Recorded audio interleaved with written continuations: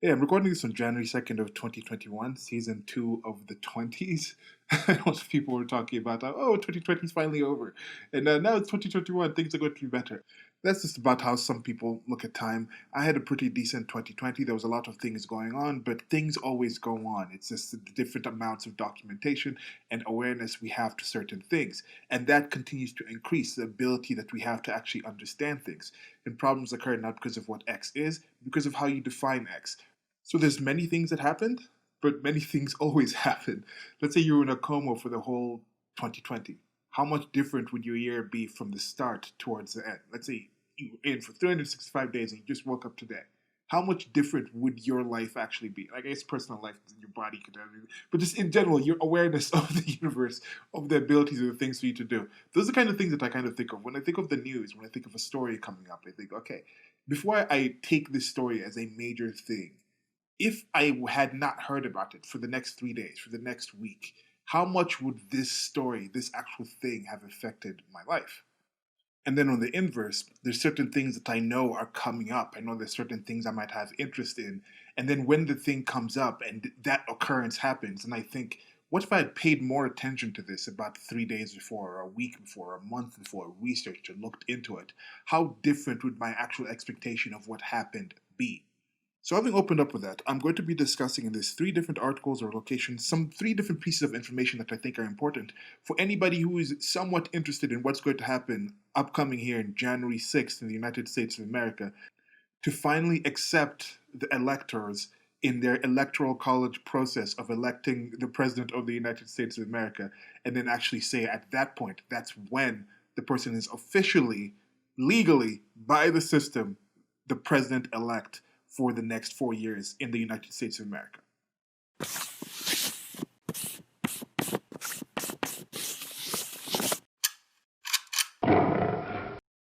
So this is going to be about a tweet, some history, and news coverage, and how those things, information about these things, understanding about these things, awareness about these things will change the way you react to it. So I'm going to kind of give you an idea of what I see from these things, from the information I have, and I want to see, do you see these same things from sharing the same information that I present here? And possibly are there things that I'm missing? Does this make sense to you? Okay, so some background on this.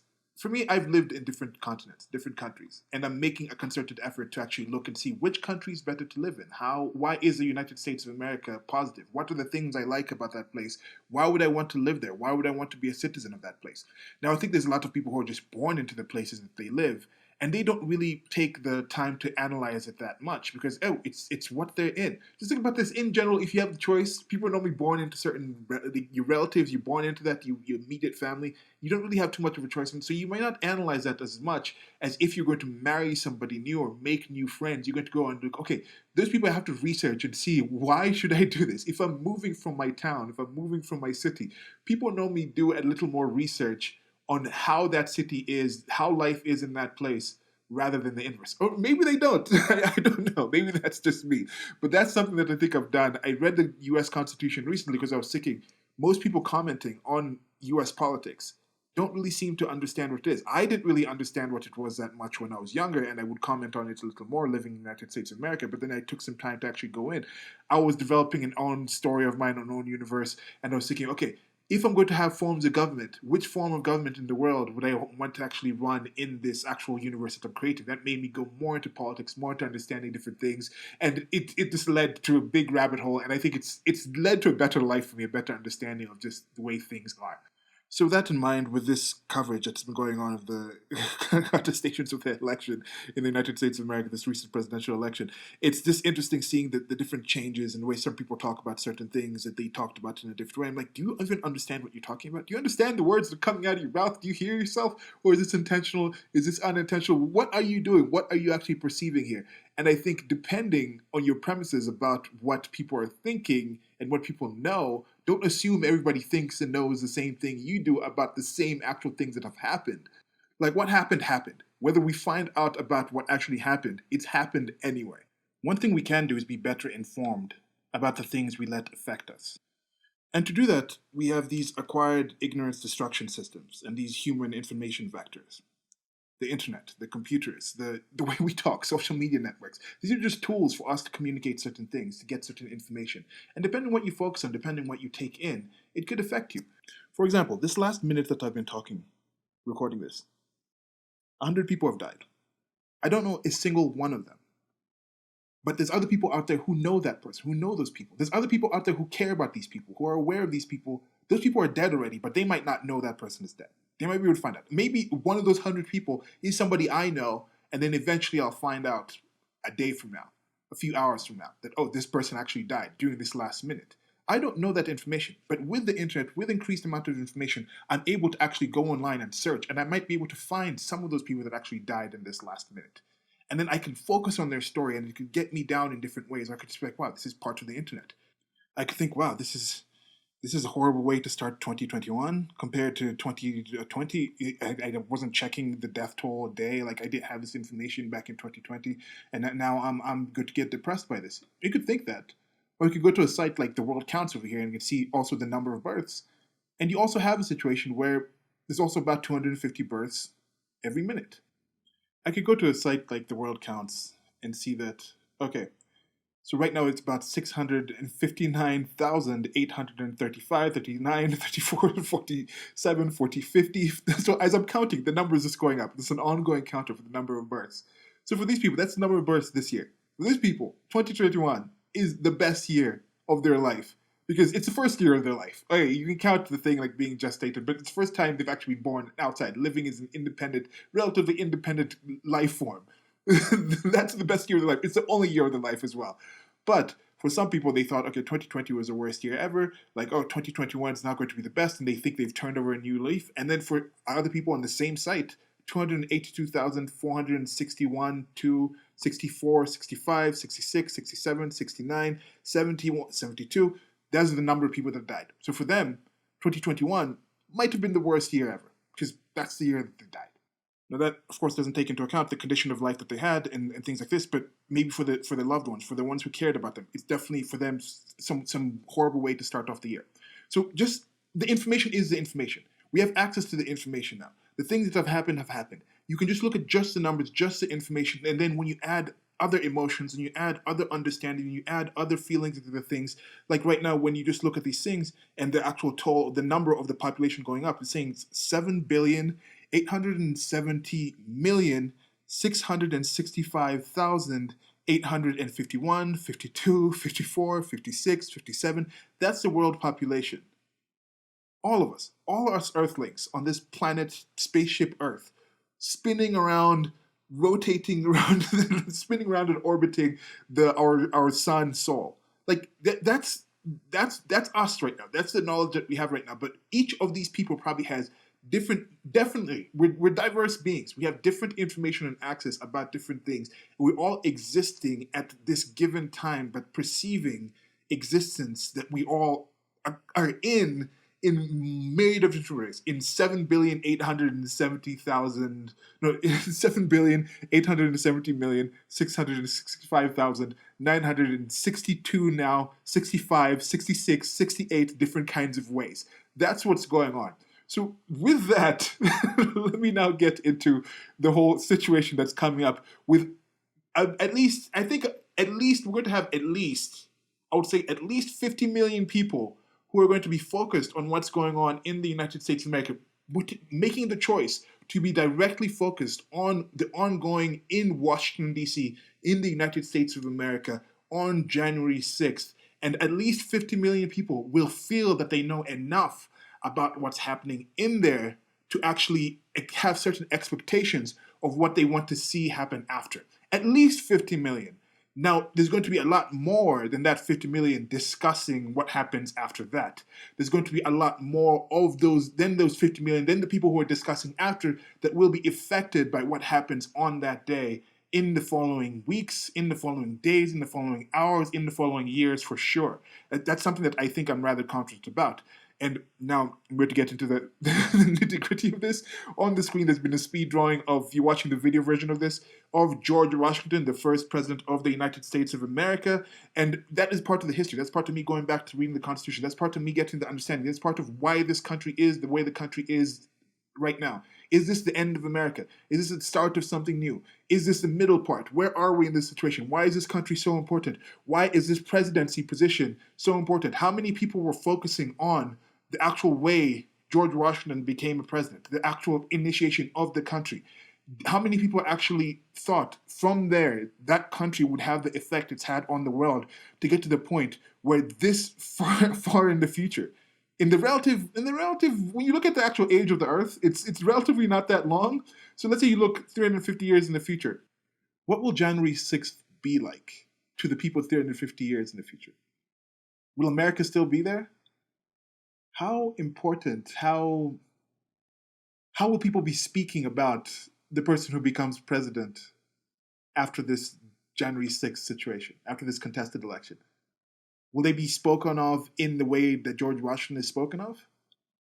There's certain information right now coming out about people, the founding fathers, that make people say, okay, maybe we should adjust these.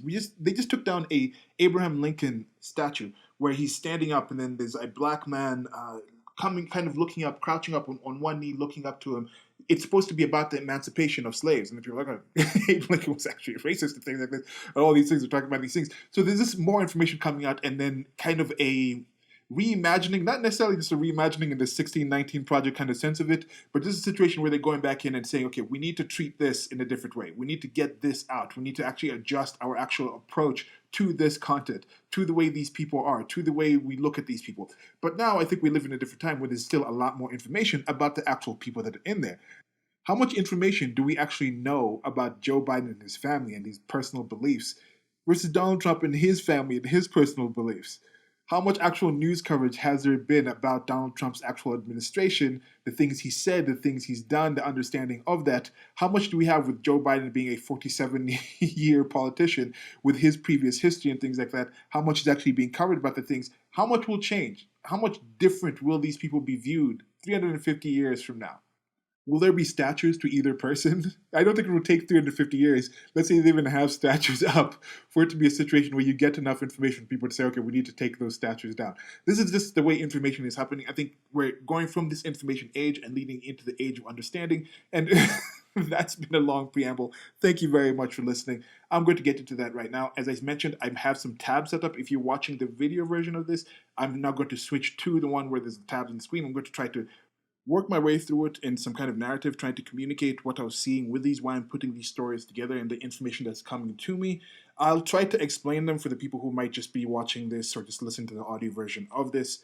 But if you are watching the video version, you'll be able to see that. And on the screen has been that speed drawing of George Washington. That's the Anyone But K series. And that's somebody again, Che Guevara. I used to look at this design and be like, oh, that's a cool design. Yeah, he was a revolutionary. And I'd be like, yay, like he's fighting for humanity. I like that design. And then I actually learned about Che Guevara. And Che Guevara is a garbage human being from the things that I know now.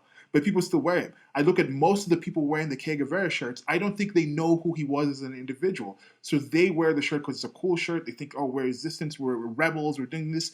In Nairobi, Kenya, I see people wearing a Che Guevara shirt. I don't think they even know who Che Guevara is because it's a different process of how people wear clothes here. For some people, clothes are a statement. For others, it's not. For somebody, they would not want to make that statement until they actually researched enough information in. Like for me, before I say certain things, I will want to research the actual thing before I say that, before I give my opinion on it. Or I'll be clear, this is an opinion, it's not a report. But there's a mixture of that. People hear certain opinions, they think that's a report. Or people hear somebody say this and they trust this person has actually done the research. That person hasn't done the research. So that goes into this whole situation. And I was thinking, okay, but anyway, this merchandise you could find wherever you're watching this. It's one way you can help you out to get the Che Guevara shirts and things I did with other people on the series, just to show that there's better people to have on shirts. Like, who's still going to be on a shirt? Is it going to be a Donald Trump Che Guevara shirt or a Joe Biden Che Guevara shirt? I think from what I know about both these people, I would rather have them on the shirt than Che Guevara. But that's just me. Okay, getting into it now, I'm going to try to make some kind of narrative. I've tried to organize these in a way that makes some kind of sense and that hopefully is enthralling and capturing enough and entertaining enough for you to actually listen to this. And thanks again. We're going to start off with this tweet by Senator Josh Hawley of Missouri. Now, the United States of America is a three-part government. It's supposed to be checks and balances in this way. The legislative branch, the judicial branch, and the executive branch. Now, with the legislative branch, that's Congress, which has 535 people who vote in it. And these are the branches supposed to set the laws and make sure laws are followed and things like this. And then there's 435 representatives, and then there's 100 senators. There's 2 senators from each state. So with Josh Hawley, he is a U.S. senator from Missouri. And this is the tweet that he put out. This was on December 30th of 2020. Millions of voters are concerned about our election integrity millions of voters concerned about election integrity deserve to be heard. I will object on January 6th on their behalf. And this is his statement. He says, Hawley's statement on objecting during the Electoral College certification process on January 6th. Following both the 2004 and 2016 elections, Democrats in Congress objected during the certification of electoral votes in order to raise concerns about election integrity. They were praised by Democratic leadership and the media when they did, and they were entitled to do so. But now, those of us concerned with the integrity of this election are entitled to do the same. I cannot vote to certify the Electoral College results on January 6th without raising the fact that some states, particularly Pennsylvania, failed to follow their own state election laws. And I cannot vote to certify without pointing out the unprecedented effort of mega corporations, including Facebook and Twitter, to interfere in this election in support of Joe Biden. At the very least, Congress should investigate allegations of voter fraud and adopt measures to secure the integrity of our elections, but Congress has so far failed to act. For these reasons, I will follow the same practice Democrat members of Congress have in years past and object during the certification process on January 6th to raise these critical issues. So that's the actual information that he tweeted out, and we'll go into some responses and things like this.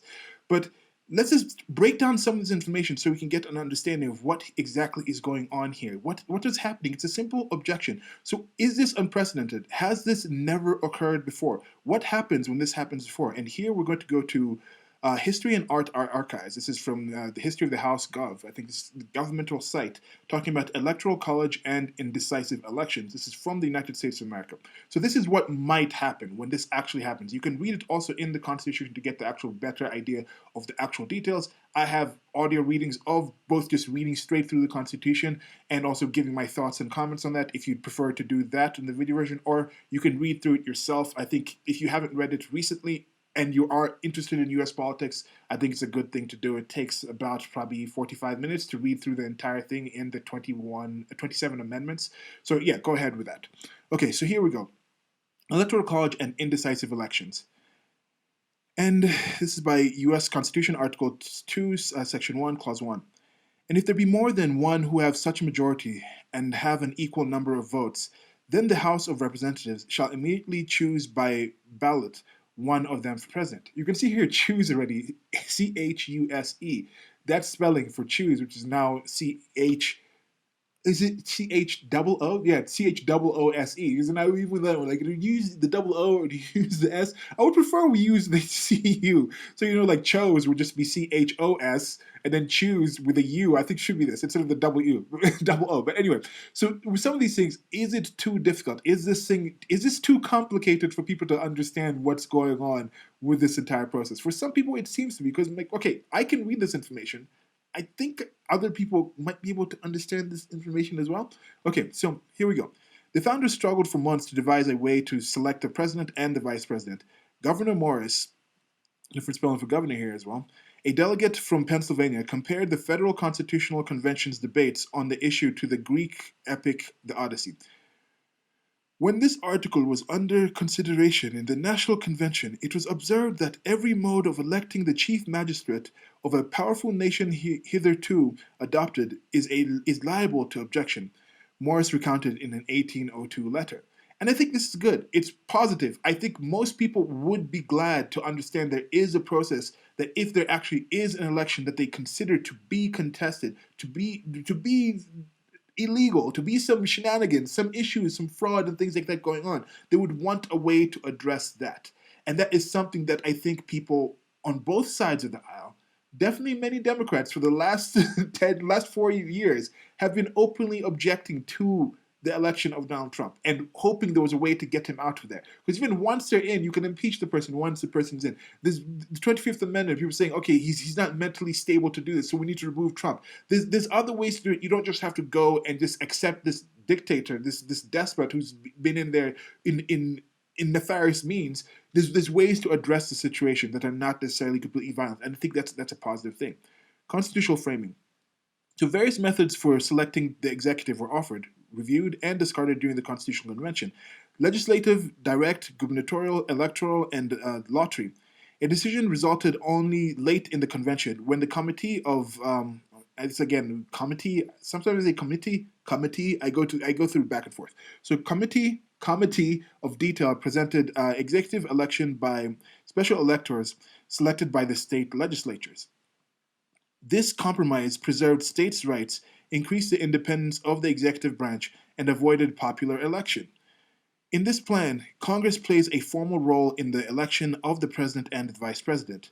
While members of Congress are expressly forbidden from being electors, the Constitution requires the House and Senate to count the Electoral College's ballots and, in the event of a tie, to select the president and vice president respectively.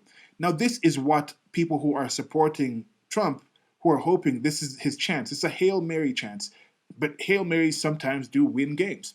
But you can see that's in there. It would go to the Senate where each state would be given one senator to vote. And people are assuming that because there's more senators, there's more states that are Republican, and now here when you go, we're avoiding the popular election, it's not a popular vote. People are like, oh, Biden won the popular vote. First of all, I ask those people, are you saying like he was actually carried Barack Obama because he was that much more popular? He got 80 million votes, and Barack Obama could only get like 60 something.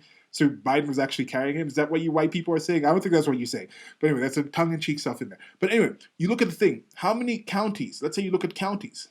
Biden won something like 530 counties. Trump won something like 2,600 counties. When Obama won his first term, which was his biggest election, he actually lost votes in his second term to win his second term. In the first term, I think he won something like 800 and something, 860. So you don't have to win majority of them. But when you talk about this popular vote, you look at the actual map of the United States of America, and it's mostly red. Most of the country seems to lean towards Republicans, and you have certain areas with higher populations, denser populations that go to the thing. When you look at this actual election, people talk about, oh, Biden won by millions of votes. No. You look at the actual cities, the actual counties that flipped it over. Let's look at the actual states. You look at the actual states itself. It's about 380,000 votes that Biden beat Trump in those contested states that actually got him over that the counting came in after the actual day of the election. That's how many votes are actually being discussed in this situation. So it comes down to this. Everybody else, all the other million people, your votes don't count. It's only those 380-something million people. So it's not an overthrow. People, I saw some other news coverage saying, oh, he's trying to overthrow the election.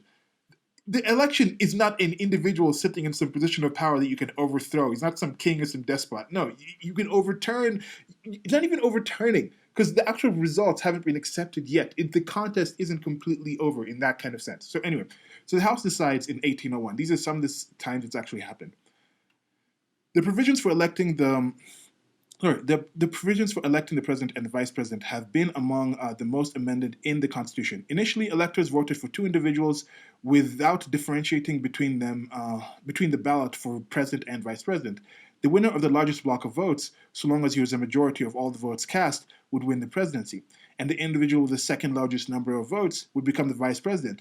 In 1796, this meant that John Adams became president and Thomas Jefferson became vice president, despite opposing each other for the presidency. I would actually like this kind of system, because you have a system now where, like, Kamala Harris, in the primaries, she was one of the first person out of the Democratic primaries. So it seems that out of all the people that ran for the Democratic nomination, she was one of the least liked. But now she's been brought in by Joe Biden to be the vice president. What if you had a situation like this? Let's say you agree with the numbers. It would have been last time it would have been Donald Trump as president with Hillary Clinton as vice president. Then this year you'd have had Joe Biden as president with Donald Trump as vice president. I think it would kind of be a better situation. I don't know. Okay, so the 1800 presidential election further tested the presidential system when Jefferson and Aaron Burr, the Republican candidates for president and vice president, tied at 73 electoral ballots each. The House under the Constitution then chose between Jefferson and Burr for president. The Constitution mandates the House members vote as a state delegation, and that sorry, as a state delegation, and that the winner must obtain a simple majority of the states. The House deadlocked at 8 states for Jefferson, 6 for Burr, and 2 tied. After 6 days of debate and 36 ballots, Jefferson won 10 state delegations in the House, and Burr's supporters in when Burr's supporters in the 2 tied states, Vermont and Maryland, filled blank ballots rather than support Jefferson. So this thing has changed, and you can see here it was 73 electoral ballots instead of the current 300 and 270 to actually get over the hump, because it changes the population. There's already discussions about California and New York. A lot of people are leaving those states. Those states might actually lose some electoral college votes because their population numbers are dropping. There was also, at this point, there was fewer. So there's fewer numbers, there's a fewer population, so it's a lower number of electoral ballots, and that's actually also something that is written out in the Constitution and laid out to kind of understand why that's actually there. Okay, so the 12th Amendment. After the experiences of the 1796 and 1800 elections, Congress passed and then states ratified the 12th Amendment to the Constitution. And you see, this is a process. This is a process of the legislative branch. They come up with bills. Some bills are rather questionable. Some people object to the bills and still sign the bills. But then they do that and they pass it, and then the states ratify them. So that's the system that goes through it. So that's part of what's being talked about right now. Did their internal legislative branches within the states actually pass the certain laws, and were they actually followed in the thing? So anyway, so Congress passes and the states ratified the 12th Amendment. This is the thing. They agreed to this. The states said, we'll agree to this system for electing presidential elections. So added in the time for the 1804 elections, the amendment stipulated that electors would now cast 2 votes, one for president and the other for vice president, while states varied in how they selected presidential electors through the 19th century. Electors today are uniformly popularly elected rather than appointed and pledged to support a given candidate. And this is why you have in the situation right now, some of these contested states have sent electors who are going to say, we're going to give our state's electoral college votes to Joe Biden, and some of them, and then there's another set of electors that are going there to say, we're going to give ours to Donald J. Trump. Okay, and it's Joe R. Biden, Joe Robinette Biden, and it's Donald John Trump. Okay, so the House decides again in 1825. Since the 12th Amendment, one other presidential election has come to the House. In 1824, Andrew Jackson of Tennessee won a plurality of the national popular vote with 99 votes in the Electoral College, 32 short of the majority. John Quincy Adams was runner-up with 85, and Treasury Secretary William Crawford had 41. Speaker of the House Henry Clay had 37 and expected to use his influence in the House to win the election. But the 12th Amendment required the House to consider only the top 3 vote-getters when no one commands an overall majority. The House chose Adams over Jackson, and when Adams made Clay Secretary of State, Jackson said that the two had struck a corrupt bargain. The Judas of the West has closed the contract and will receive the 30 pieces of silver. Was there ever witnessed such a barefaced corruption in any country before? Jackson said. So here you can go with the rhetoric of, this is the worst corrupt ever, this is the worst thing ever. That's something. America #1, corruption and things like that. No, the corruption occurs, it's part of the political system, it's the things that happen and things that change. I think one thing we are going to see that's going to happen in the next couple of elections, and it's not going to happen by 2024. I doubt it will even happen by 2028 in the United States of America, but you'll have a thing where there's actually a lot more parties coming up. This whole Democrats versus the Republicans, the grand old party versus the Democratic Party, that's not going to be the same anymore. I think you're going to have a situation where there's actually more viable people, third-party candidates, fourth-party candidates. The two-party system, I think, is something that is gladly over. I don't think it's been that productive anymore. Okay. So I think that brings up more things. So that's the kind of thing where every party might run one person, and then when you get to the point, to the end, or you get to the final tallies, you can say, okay, at that point, now you go to say, okay, I liked this vice president from the Libertarian Party, or somebody could say, oh, I liked what a let's say it's an Alexandria Ocasio-Cortez. I don't know how Bernie Sanders is going to be alive in the next 3 or 4 elections, presidential elections.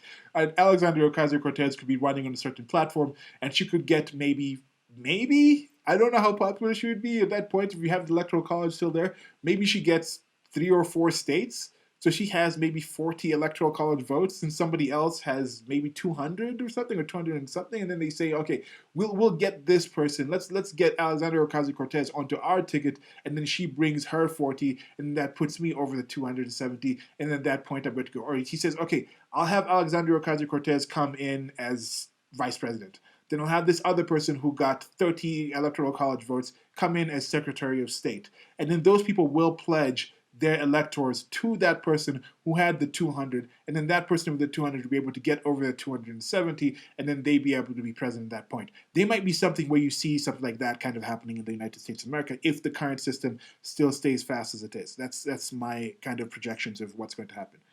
I think that would be preferable from the little that I know now. Okay, so back into this. So Congress decides in 1877. This is the other time it's contested. The contested 1876 presidential election between Republican Rutherford B. Hayes of Ohio and Democrat Samuel J. Tilden of New York was the last to require congregational intervention. Tilden won the popular vote and the electoral count, but Republicans challenged the result in 3 southern states, which submitted certificates of election for both candidates. That's what's happening right now. I don't know if it's actually certificates. Some of the electors are coming, but yeah, okay. So while the Constitution requires the House and Senate to formally count the certificates of election in joint session, it is silent on what Congress should do to resolve disputes. In January 1877, Congress established the Federal Electoral Commission to investigate the disputed Electoral College ballots. The bipartisan commission, which included representatives, senators, and Supreme Court justices, voted along party lines to award all the contested ballots to Hayes, securing the presidency for him by a single electoral vote. The commission's controversial results did not spark the violence in the post-Civil War South that some had feared, largely because Republicans had struck a compromise with Southern Democrats to remove federal soldiers from the South and end Reconstruction in the event of a Hayes victory. You see the Electoral College fast facts in the House history, the Congress, and the case of faithless elector for more information about the procedure. So that's it right there. This is information that you can find. So this is what might happen. So with the Josh Hawley thing, that is what might happen. What you're being told by certain people, you can get this information. You can actually read the actual historical accounts of the things that have happened. As it's mentioned there, I don't even think even if it gets to the actual state situation, this whole idea that people think like everyone will just go party line towards Trump. No, I don't think it's going to happen that way. I think even if they got to the point where the Senate are voting, where it's like 1 vote per state, even though the Republicans have more states, I can still see the Republicans going for Biden. Not because some of the people just don't like Trump. There's a lot of never Trumpers in that sense. There's a lot of people who are concerned about the violence that would occur if they actually did the situation where they actually confirmed Trump instead of Biden. There's a lot of evidence out there. But if you talk to certain people, like if you go here to this story, again, I was talking about the difference between opinion pieces and actual news. Here you have a situation where it's an opinion piece by Joshua A. Douglas in CNN. The real reason you need not worry about Hawley's objection to Biden victory. So this person is giving me the reason, but I'm also doing kind of an opinion piece. I'm presenting you information and telling you my thoughts on it. So this is the same person is saying this here. So don't be too nervous about Republican Senator Josh Hawley's announcement that he will object to the certification of Joe Biden as the Congress meets on January 6th. His ploy won't stop Biden from taking oath of office in January 20, but it should make everyone concerned about the long-term health of a democracy. According to federal law, it is if at least one senator and one House member submit written objections to a state's electoral college votes, the House and the Senate must retire to their separate chambers for 2 hours of debate. Each chamber then votes on whether to count the state's votes. And the 1887 law that I discussed there previously that dictates this process, the Electoral Count Act, is confusing and convoluted. But the bottom line is that Congress must count a state's electoral college votes unless both the House and the Senate vote to reject it. And then Hawley's objection, which will join a planned objection by Alabama Representative Mo Brooks in the House, has 0 chance of succeeding. Now, I don't know about 0 chance of succeeding, but I think it's rather low. It's a Hail Mary. And for the Hail Mary, for those who are not American, listen to this in the end of American football when it's like you need some points to win the game. You just throw the ball, chuck the ball into the end zone, and then sometimes people catch it and you win the game. All right. So The Democrats who control this House will surely not go along, and it's likely a number of Senate Republicans, such as Mitt Romney, will also reject this blatant attempt at overruling the will of the voters. So here, you see, they're already stating overruling the will of the voters. Some people on one side think the will of the voters has been overruled by the fraud, by the actual examples that they've seen out there. And some people are saying it's completely legit and the will of the voters, because in some cases they even go as far to say the will of the voters, because it should be, the electoral college shouldn't be there, it should just be popular vote. So they think even in 2016, because there was more of a popular vote for Hillary Clinton, they think the will of the voters has, for the last 4 years, was overruled. Some people truly think that because they don't really understand the system that their country uses to elect a president. Or they know some information about it and just don't agree with it. So here you have that situation. So he's talking about this in here. He talked about, at least I think one positive thing was here was he actually mentioned in his article. You can read the rest of the article if you want. You can. He points out that yes, this is an actual process, it's a legal process. He's saying yes, this is a process, but it might not work. So I think that's a positive thing to actually do it. Now you look at this actual story. This now is a news story. This is from CNN Politics. This is an official news story. This is supposedly reporting. This isn't the case where you have something, to me, an opinion piece, where I think people can editorialize in their own and put their biases and things like this. I think when it comes to reporting, I prefer if it's just direct thing. And this, again, 3 people contributed to this article. So GOP senator to delay affirming Biden victory by forcing votes on electoral college results. So forcing the vote. The language that's being used is forcing, affirming the Biden victory. So affirming the Biden victory, they've been calling him president-elect since a couple of days after the election. So are they saying he wasn't really president-elect yet? He hadn't been affirmed as victorious yet? Because when people are like, that's fake news, he's not really the president-elect yet, hasn't been affirmed, people are like, no, we're going to call it. It's like, no, there's a process to go through this thing. So here, I think I had something highlighted here. So here, but that hasn't kept several Republican senators from keeping the option open. It's a spot that places them in between McConnell. Mitch McConnell is one of the top Republican senators in the House. I think he's the one who actually leads the delegation in the Senate, who will continue to serve as the party's Senate leader, and highest-ranking Republican in the country. And Trump, who will soon be out of office, but whose power within the party, particularly its base, remains unquestioned. There is no evidence of widespread fraud in the election. And in a statement explaining his decision to object, Hawley did not raise allegations of widespread fraud. He claimed that some states, such as Pennsylvania, have failed to follow their own laws, though the issues surrounding the Pennsylvania mail-in voting system were legislated before the election. Hawley also complained about the way that social media companies like Facebook and Twitter handled the election. Handle the content surrounding the election. So I think that's good that they're actually producing the actual information. They're actually putting it out there. I don't understand why they haven't included a link. Do they include links to other things? They might include links to other things. Yes, to the CNN Politics, links to a different article. They could actually just put an image of the actual thing that he wrote. So you see, that's actually in there. So if you're actually getting that, you're understanding that his objection is the legal process. This is not going, there's some people out there, Lynn Wood, for some, Sidney Powell has come up with some things, he's talking about some kind of connections and things like that, where I'm like, wow, that's kind of cray. Like, you need a lot of information. For you to come out and say that, that's a bold statement. Like, where is your actual evidence for that? There was some people saying at the start, I might be able to find CNN articles where they say there is no evidence of fraud. But then you look at things where there's actual video of people counting, clearing out a room, pulling things that look like ballots from under a table that had been put there earlier in the day, and then looking like they're scanning some things in it.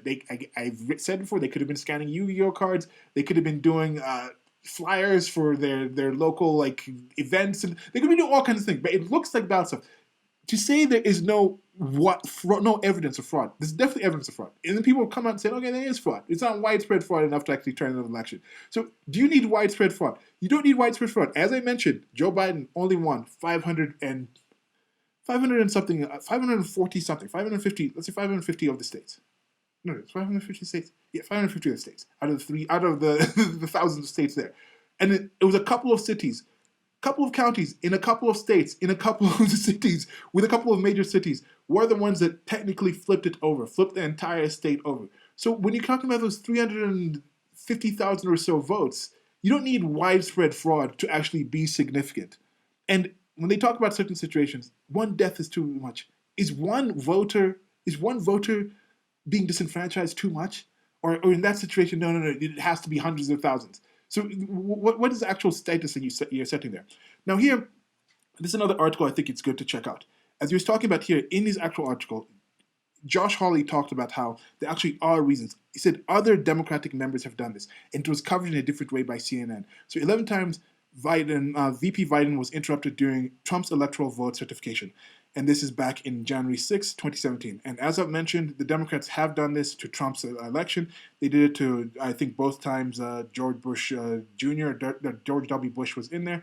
They might have done it for George Bush Sr., I'm not quite sure. But it's been a common thing for the Democrats to have some people. But when the Democrats did it, it was only the representatives. They did not have a senator come on and co-sign with them to trigger the actual process of the 2 hours. And we'll get to that soon with the 2 hours thing.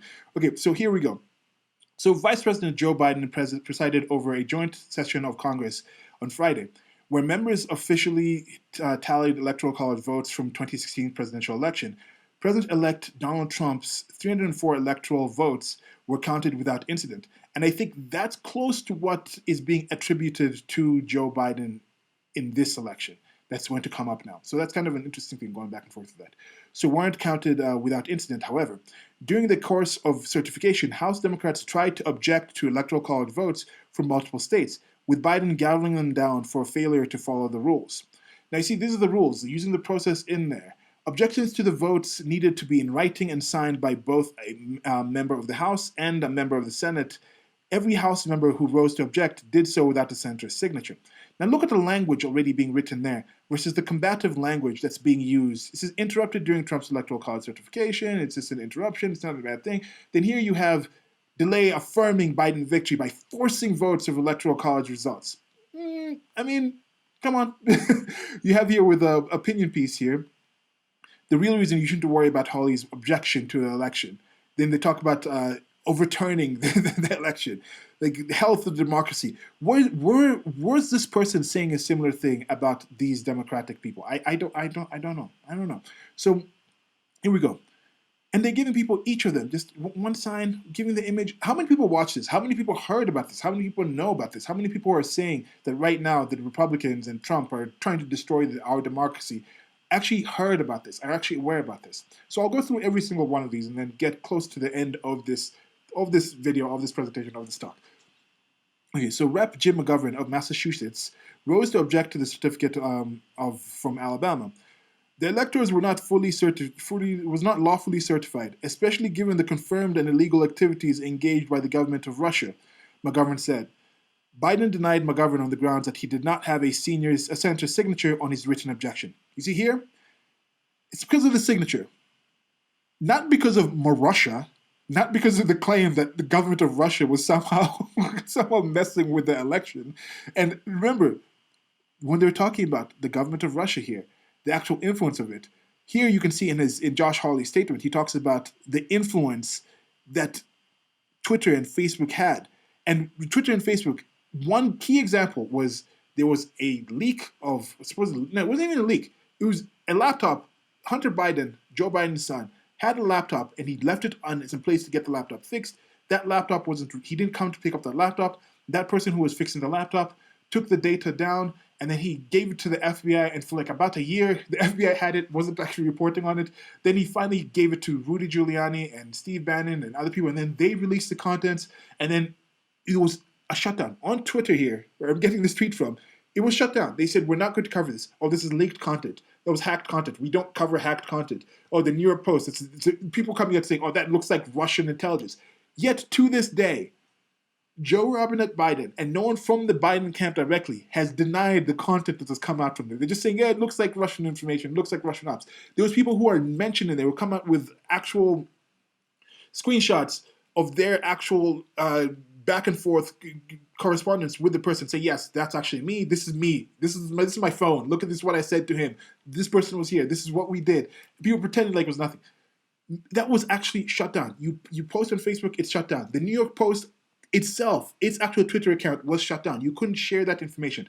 And then they actually did something where they talked to some people who had voted for Biden. They had the early voting coming in. There were some people, in some cases, in some areas, something like 3 out of 10 Biden voters said if they had heard about the actual information, before they voted, they might have changed their vote. So that's the kind of influence that they're talking about. They're talking about the changes. When they're talking about the Russian influence, what was actually found in those years and years of allegations and actual investigations into it. They're saying the Russian interference was Russian bots and Russian intelligence people paying hundreds of thousands or a few million to change advertising and influence people and their voting patterns. But then you look at the actual admissions by people on Twitter, by people on Facebook, by the biases that you see on the actual fact checking, things like that, and that's billions of dollars and the actual effort and influence and effect of that, of the messaging that goes out. So that was the effect that he's talking about.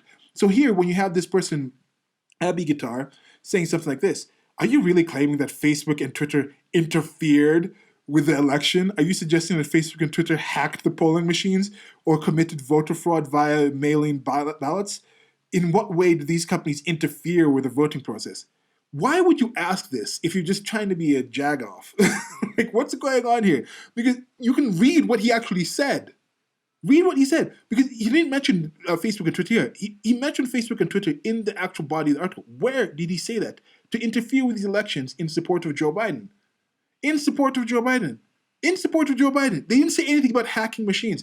And this is what I'm talking about. The issue now that comes here with some people like Lynn Wood coming out and some people from different places of the internet coming up with more absurd and more, it's a whole situation where if you make a claim, every exceptional claim needs exceptional evidence. Like the more exceptional you claim, the more exceptional evidence you actually need to actually back it up. And this person doesn't seem to have actually even read the opinion piece, even an opinion piece from CNN, even the actual just coverage from the CNN. So where is this person getting information?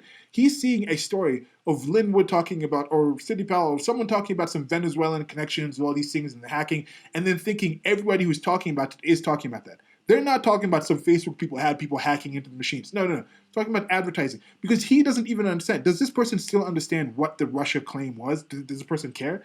I don't know. Then you have, okay, this person here, Joseph Robinson, Hawley MD. Or is this person constitutional lawyer, husband to Aaron, dad to Elijah? He's a U.S. senator from Missouri. No, that's fucking Hawley. Sorry, Josh Robertson. So this is somebody else. Global Strategy Citizens of Climate, Sustainable Financial Advisor. So he says, there's no evidentiary basis for your effort to overturn the 2020 election results, that people have been lied to by their confusion, weaponized. Doesn't make the weaponization any less of an attack on the Constitution of the United States. This is a criminal abuse of office. Any member of the House or Senate that votes to nullify the results of any state while no court has acknowledged any evidence to justify such an action is participating in an organized criminal enterprise. They will face criminal liability for every crime of that racket. Bet. It's not going to happen. There's not going to be an actual thing in there with that situation. Here, Kurt Mask Save Lives Eichenwald, New York Times best-selling actor. He said, history will record you as a man who attacked democracy on behalf of conspiracy theorists, for a man who screamed fraud every time he has lost anything, going all the way back to high school. You're evil. Your grandchildren will read about you in the history books. It won't be good. I don't know. This is kind of the cool thing that I'm also thinking about. When you talk about history, depending on how major this is, maybe this video making might be in some kind of history class eventually. Because the way we're going to get the information in the future might not be a thing where you have to actually read the thing. There's be stuff that's plugged directly into you, that's just beamed directly into you. The second you think about, I want to know what happened in the 2020 election in the United States of America, that information will just be uploaded directly to you, like the same way it happens. Computer science just calls it up, and it's just in your head already. So all the information you'll be able to kind of just know the thing and have access to it. So maybe, if this is a key thing and it sparks some major thing in the United States of America, this is the first senator who signed on to the thing to actually achieve the actual contested election. From what happens from there, this page right here, this page itself, not even just the video, but this page itself right here, might be somehow frozen and archived, where Kurt Mask Saves Lives Eichenwald might actually be read about by his grandchildren in the future, and they read his tweet saying this, and then it's like, oh wow, my granddad was right. Or it might be the opposite. Oh wow, my granddad was kind of a clown. Like, that's something that's kind of interesting to see, because this is the stuff that will be in history books. The same way we're reading about this in the Electoral College thing and just getting these kind of pictures where it's these things where we see somebody drawing these things and like, okay, what's going on in these things? Who drew this? How long after? How accurate of the scene was this kind of situation? But you have a situation where now you actually be able to have the full footage. Just like here, you have the actual footage of the people. You see the actual faces of these people. What did Kurt Eichenwald say about these people? Did he say these people will be going down in history as horrible people? It won't be good. Is it not good for these people according to Cart Mass Saves Lives Eichenwald? I don't know. Okay, so Rep. Jamie Raskin of Maryland rose to object to 10 of Florida's 29 electoral votes. You see here, it's multiple states. This person started with Alabama. This person started. Where are the court cases? Were there court cases? Some people did try to file court cases, but did people say here? Would Mr. Joseph Robinson here say, "Oh, there's no courts. No courts have actually backed what these people are saying. So why? How dare these representatives, these Democratic representatives, come out here?" So Rep. Jamie Raskin of Maryland rose to object to 10 of Florida's 29 electoral college votes. They violated Florida's prohibition against dual office holders, Raskin said. Again, despite the fact that Raskin pointed out that he had his objection in writing, he failed to get the senator's signature. Next, 11:15 p.m. No sooner had the Florida question been settled than its neighbor to the north was no sooner had the Florida question been settled than its neighbor to the north was the subject of another objection. When Washington's Rep. Pramila Jayapal objected to Georgia's vote certificate.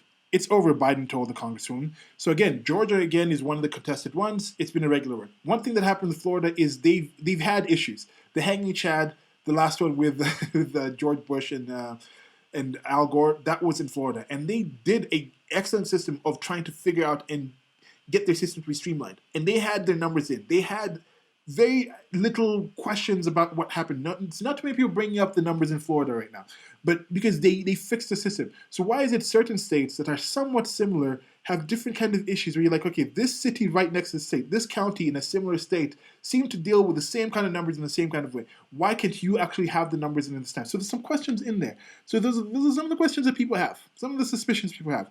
Okay, 1:21 p.m., Representative Barbara Lee of California brought up voting machines and Russian hacking when she objected following the counting of the votes of Michigan's votes. People are horrified with the overwhelming evidence of Russian interference in our election. Overwhelming evidence. Power overwhelming. It's some anime. What is this anime? Is that like it's like Yu-Gi-Oh or something? I don't know. The power overwhelming. So this person is saying overwhelming evidence of Russian interference in our election. Where did that overwhelming evidence go? Has somebody called her out for making the statement of overwhelming evidence? Is she somebody who would say there is no widespread evidence of fraud now? What would she say? Safest election ever? What's happening?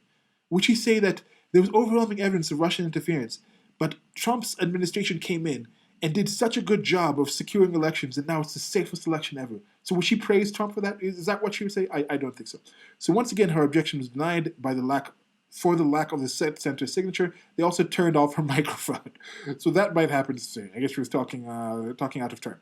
So then in 1:23 p.m., after New York's tally was read, Representative Sheila Jackson Lee of Texas stood up to object.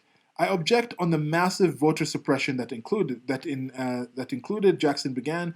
The debate is not in order. Biden interrupted. Again, the congresswoman lacked a senator's signature. See here, they're saying so far, nothing has been mentioned about saying what you actually said is not valid. You haven't had any court case. They're saying you did have a senator's signature. So that is why. It's on the case of legality. This isn't something that they're talking about the basis or what their claims are. They're not talking about the value of their claims. But these claims did go on to include not my president. People saw this. So I think maybe people on the Democratic side, they understand that having something like this, they used these people coming up and saying these at this time to build off of not my president for 4 years, to build to impeachments, to build to stonewalling. So they understand that on the political theater point, no matter what happens, if it's just completely shut down, they have the 2-hour vote, anything happens, it will still be a situation where people will be able to use that as political capital for the next 4 years to stonewall to levels that I don't think these people are even ready for. It's not going to be a resistance. So it'd be a great divestance from just this. So it's going to be something to see. Okay, so debate's not in order. Biden interrupted. Again, the congresswoman lacked a senator's signature. 1:28. Arizona's Rep. Raul Grijalva. It might be Grijalva. I don't know how they say the J. I know there's no J's in Italian. Italian is a language I know. I don't really understand the Spanish. I spoke French when I was a kid. But okay, so I think it's Grijalva. You can get me if I'm wrong. Let me know in the comment section. Grijalva rose to object after North Carolina's tally. He tried to object on violations of the Voting Rights Act, but Biden shut him down. As you may have guessed, he didn't have a signature of a senator. Once he gave up, Jackson Lee tagged him out and tried to object to the votes herself. They cut off her microphone too. There's no debate, there's no debate, there's no debate, a visibly agitated Biden said as he gavelled. 1:31 p.m. Jackson Lee made another appearance minutes later after South Carolina certification. It's the fifth state? Okay. There is no debate in the joint session, Biden said, shutting down her vote once more. 1:36 p.m. Biden must have thought after a few minutes of peace and getting through the state of West Virginia that the House members might observe the rules. Lee wasn't even able to make through her objection before Biden said there is no debate. They cut off her microphone again. Then here we go, 1:37 p.m. Wisconsin's votes had been read with just where I meant go. The finish line was in reach.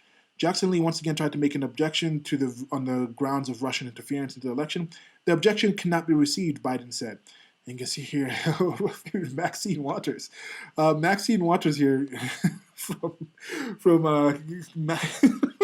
Maxine Waters.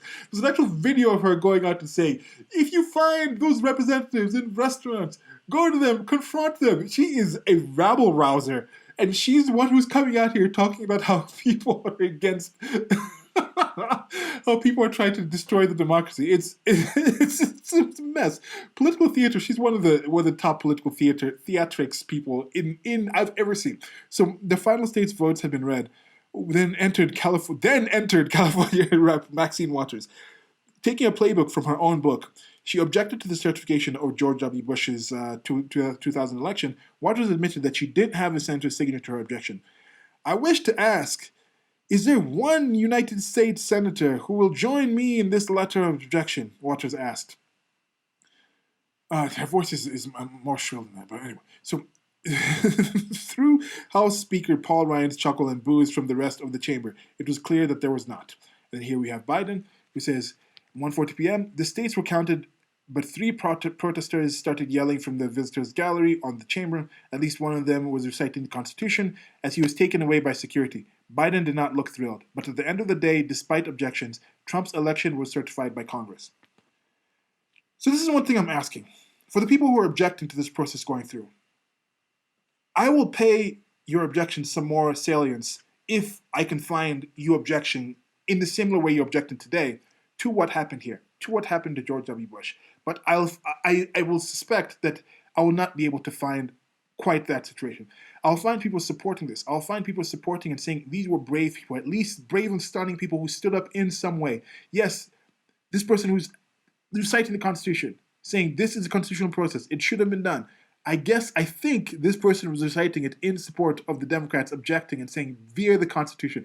The impeachment was via the Constitution. We had to find something. We had to find something in that phone call that said via the Constitution we can impeach him. When Joe Biden speaks and he says something, we have the greatest voter fraud institution, and like, oh no, that was out of context. He was talking about voter fraud protection and things like this and things like that.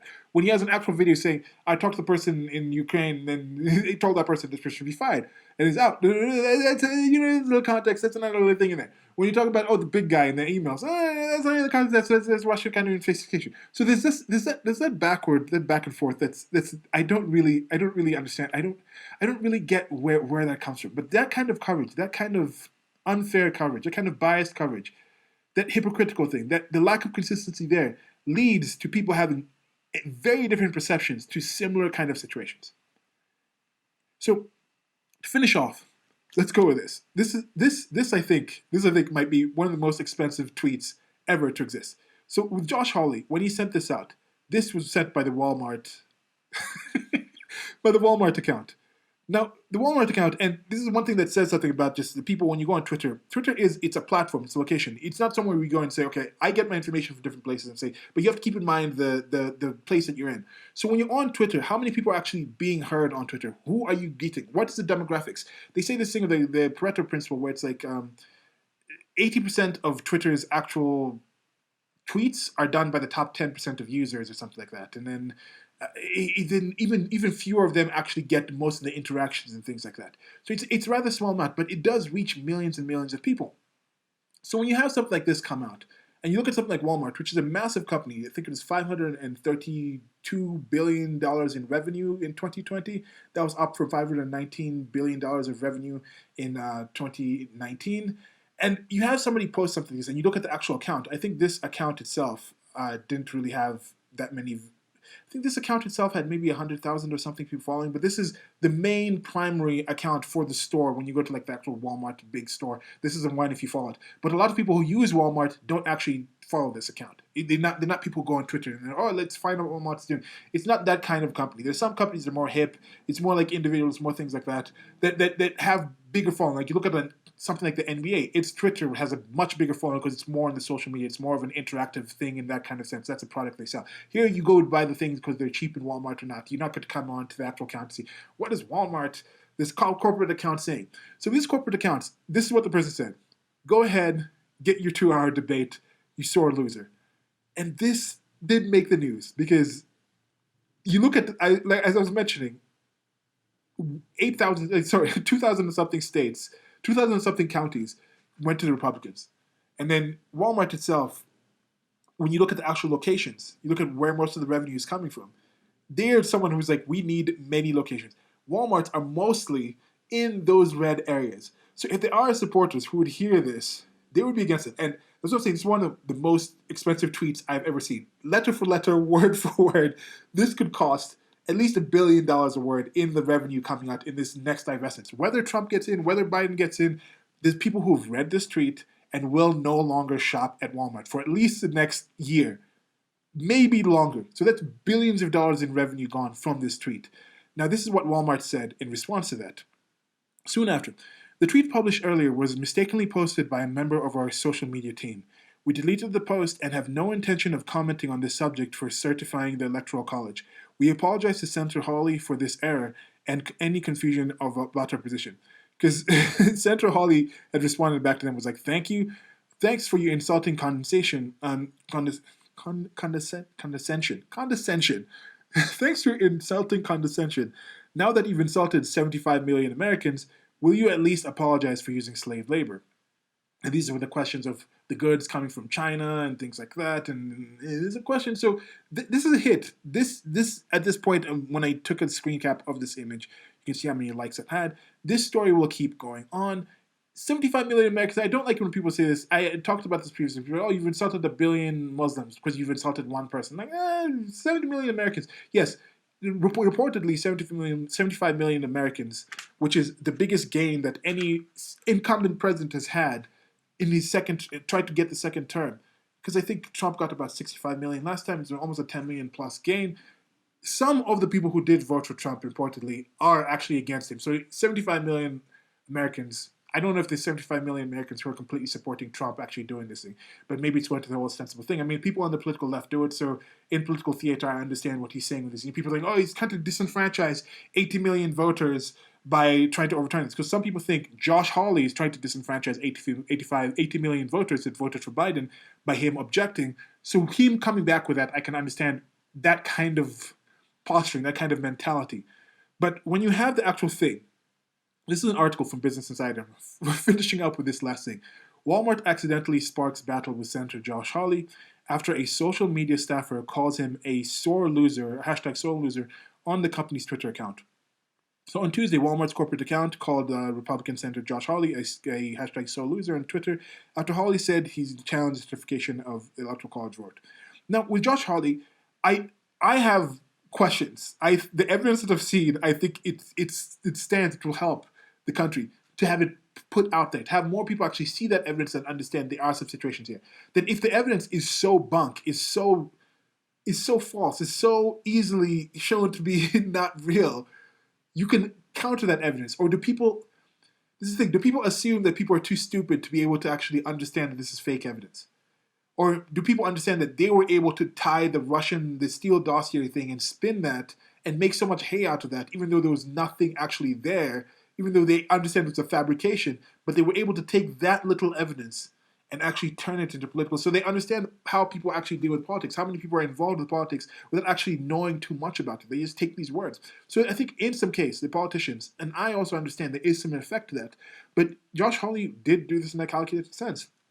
He does understand being the first in this. He does have he's a politician. He does have some political aspirations, and on both sides, I think Joe Biden has his reasons to care about the United States of America, mostly due to his family, just like Josh Hawley does, just like Trump does, just like I do, just like most people out there. I think we're all coming from some point of some general good feelings, general good intent, but mostly for ourselves, and then the people in our in groups, and then the people on the outside. We go from that. But that's the kind of situation. I'm not saying one part is evil, one part is bad.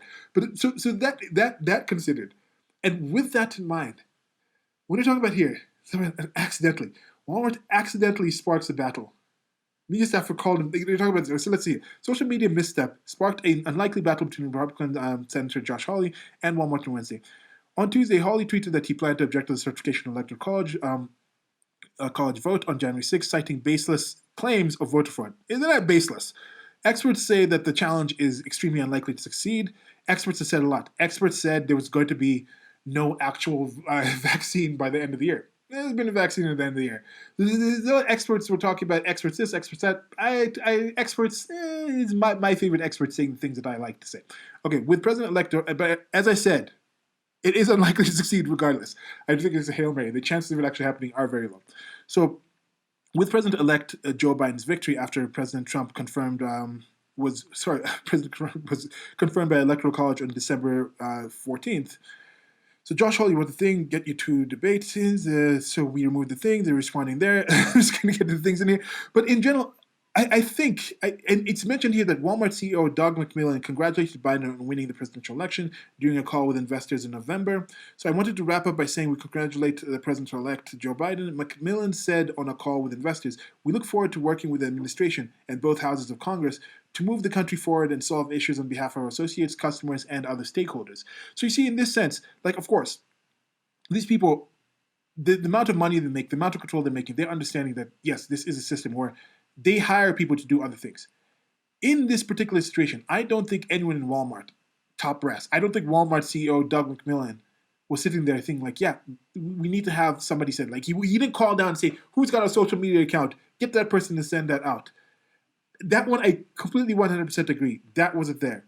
Could there be an environment in Walmart where they hire people who have those incentives? Who they had an ability to check, are we checking? Is it just a general environment? I think, in this case, I don't think it was an accident.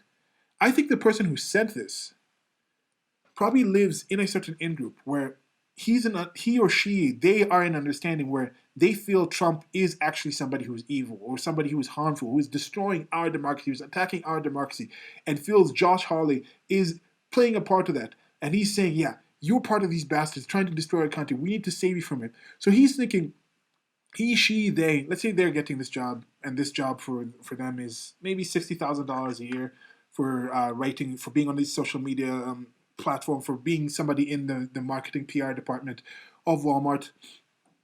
This probably goes against the terms and conditions of their contract to do this, to write this. I do believe Walmart actually did terminate this person, but even if they don't, they wrote that, they said they deleted it, it hasn't been discussed if they actually terminated the person, but whether or not they terminated the person themselves, I imagine they live in an in-group. They have a group of friends that if it came out to their group of friends that they were the ones who sent this tweet, they would mostly get support from the group of friends. The social climate has been, this would actually be something that would be supported. How many people have you heard of actually being fired or not hired because they were anti-Trump? Very few people. This person can go out and get a similar job. I don't even think they got fired. To be honest, unless his name, the person's name, she, he, they, their name actually leaks out to the general public, and then there's enough of a pushback and saying, okay, you have to actually fire this person. If the name gets kept on a shutdown, they would probably still keep the person hired. They might just, because even if you fire the person, the person might sue for wrongful termination, sue to say I was terminated from my political beliefs, even though it might be in the contract, and then they will get a settlement out of that, and then they will become like a sort of media darling with enough people like, oh, this person was proud. They decided to take this position of power that they had, this platform they had, to fight for the nation. And for some people, it's just a truly honest thing. They truly do feel that the United States of America is ending. They truly feel that an electoral college contest would end it. They truly feel that coming out and discussing and objecting to the election would end the nation. Did they feel that in 2016? Did they feel these people objecting to Trump's election ended the nation? Do they know about the Electoral College objections back in 1897? Do they know about these ones? It was like, sorry, 1897, was it 1897? 1801, 1825, and that 1877. Do they know about this information? Did these end the nation? What do they define the nation as? Can the nation actually be ended by just simple objections to actually using the actual process that's in the actual founding documents of the actual nation? Following what's actually in the documents of the nation can't destroy the nation. If anything, it can make the nation stronger. One thing I do think that does increase the chance of this is having a convention of states. And when you have a convention of states, you can come together and you can amend the constitution. You can ratify different things. You can change different things. It might be time to change what the electoral college is like. It might be time to break the parties apart. But one thing I think people need to understand is it's not the end of the United States of America. And if it is of how you define the United States of America, maybe whatever comes next will be better. Maybe it will change it into a better kind of situation. I do think there is going to be some violence going on. I don't know what the level of violence is going to be like during the big protests on January 6th. There's going to be people who are pro-Trump. There's going to be people who are anti-Trump.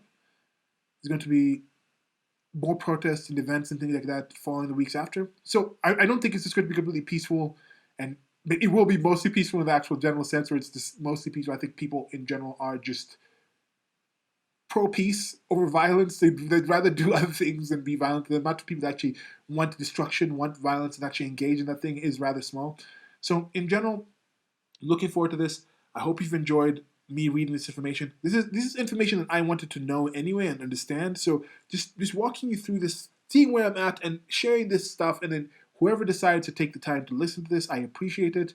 I appreciate it even more if you can give me some comments and some thoughts on what you see and what I'm missing, what you think is wrong, what you agree with. And it's just something where, for me, just letting this stuff out, reading this stuff, I'm going to read it anyway. So sometimes just reading it and recording it and posting it and having other people interact with it, that is all completely extra, because I was going to read this stuff anyway. I was going to think these thoughts anyway. And by you actually taking your time and engaging, it helps this age of understanding, using these acquired ignorance destruction systems, using these human information vectors, leading to a better future, the age of understanding, that's just going to help to more human flourishing. And sometimes we're going to have some steps back, we're going to have some plateaus. Some of the stuff's going to be generally more pleasant. Some of the advancements, some of the changes are going to be generally more pleasant than negative. But it's just like I mentioned earlier, you can either focus on the 150,000 people that die a day, or you can focus on the 350,000 people that are born a day. Those are just numbers. Those are actual just reality of what's happening in life, whether you know about these people or not. That's what's happening. Some bad people might have died, and that might be good. So people who are going to be really bad in the future might be born, and that might be bad. So when you just look at the thing, is birth in and of itself good? Is death in and of itself bad? I don't know. I don't know what to think about these situations. There could be some situation where somebody, one of those people who died, was actually trying to kill somebody who was giving birth, or who had a kid, who was pregnant, and then that person who actually, if that person hadn't died by being killed, trying to kill that other person, that person who's born is not the person who might invent the better way to actually have a government that doesn't have this electoral college that leads to these kind of. There's so much out there that's happening that I think it's not a time to think that 2020 has been the worst year ever. Some things have happened in 2020. Things will continue to happen right now. Things shall happen in the future, but your perception about those things does affect how you actually treat and act with those things and react to those things. And I think the more information you have about the certain things, the better you'll be able to get a more productive and accurate reaction and understanding of the situation. So that's it for now. Like, share, subscribe. More content coming. I'll probably do a sort of after the thing. I'll probably take a couple of days to let the things sink in about what happens on January 6th before I come back and do some kind of callback to this and just take in what's happening. I think it will take at least 3 days for me to actually do it. And that's one thing I normally do. Like 48 hours when something happens. I on social media, if you follow me on any other social media platform, I'm on Parler. I'm on No Agenda Social. I'm on Twitter. And a few people, like Facebook's normally like personal people. But On those platforms, I go with my ongoing, on the time kind of thoughts. But for making content like this, I'll try to focus more on conversational things and taking some time for the actual information to come in before I react to certain things and like, okay, these are my thoughts on it after I've absorbed some of the content and things like that. So that's it for now. Till next time, goodbye.